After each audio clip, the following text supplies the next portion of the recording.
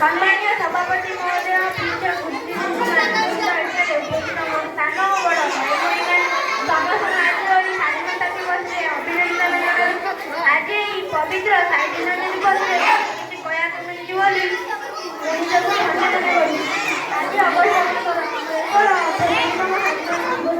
ଯାହାକୁ ଆମେ ବର୍ଷ ବର୍ଷ ଧରି ପାଳନ କରୁଛୁ, ଆଗକୁ ମଧ୍ୟ ପାଳନ କରୁ। କାରଣ ଇଂରେଜମାନେ ଆମ ଦେଶକୁ ଦୀର୍ଘ 200 ବର୍ଷ ଧରି ଶାସନ କରିଥିଲେ। ଆମକୁ ମୁକ୍ତକର ହୋଇ ରଚନା କରୁଥିଲେ। କିଛି କହିଲେ ଲାଠି ପାହାର, ଚାବୁକ ପାହାର, ଜେଲ୍ ଦଣ୍ଡ, ଗୁଳି ଦଣ୍ଡ, ଫାଶୀ ଦଣ୍ଡ ମିଳୁଥିଲା। ଏମିତିକି କେତେ ବୀର ନିଜ ଜୀବନ ଦେଇ ଆମକୁ ରକ୍ଷା କରିଥିଲେ, ତାର ତୁଳନା ନାହିଁ। ଯେମିତିକି ଜୟରାଜଗୁରୁ, ସର୍ଦ୍ଦାର ବଲ୍ଲଭଭାଇ ପଟେଲ, ମହାତ୍ମା ଗାନ୍ଧୀ, ଶେଷରେ ସୁଭାଷ ବୋଷ ତାଙ୍କ ଦିନେ ଡାକରା ଦେଇଥିଲେ, ତମେ ମୋତେ ରକ୍ଷା ଦିଅ, ମୁଁ ତୁମକୁ ସ୍ୱାଧୀନତା ଦେବି।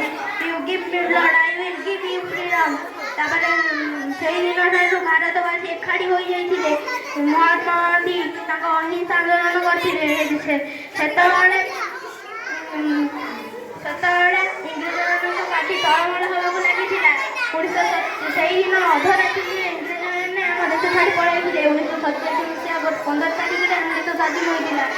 ସେଥିରେ ନିଜ ଜୀବନରେ ନିଜକୁ ରକ୍ଷା କରିଥିଲେ। ତାଙ୍କୁ ମନେ ପକାଇବା ପାଇଁ ଆମେ ଅଗଷ୍ଟ 15 ପାଳନ କରୁଛୁ। ଏତିକି କହି ମୁଁ ବକ୍ତବ୍ୟ ଶେଷ କରୁଛି। ଜୟ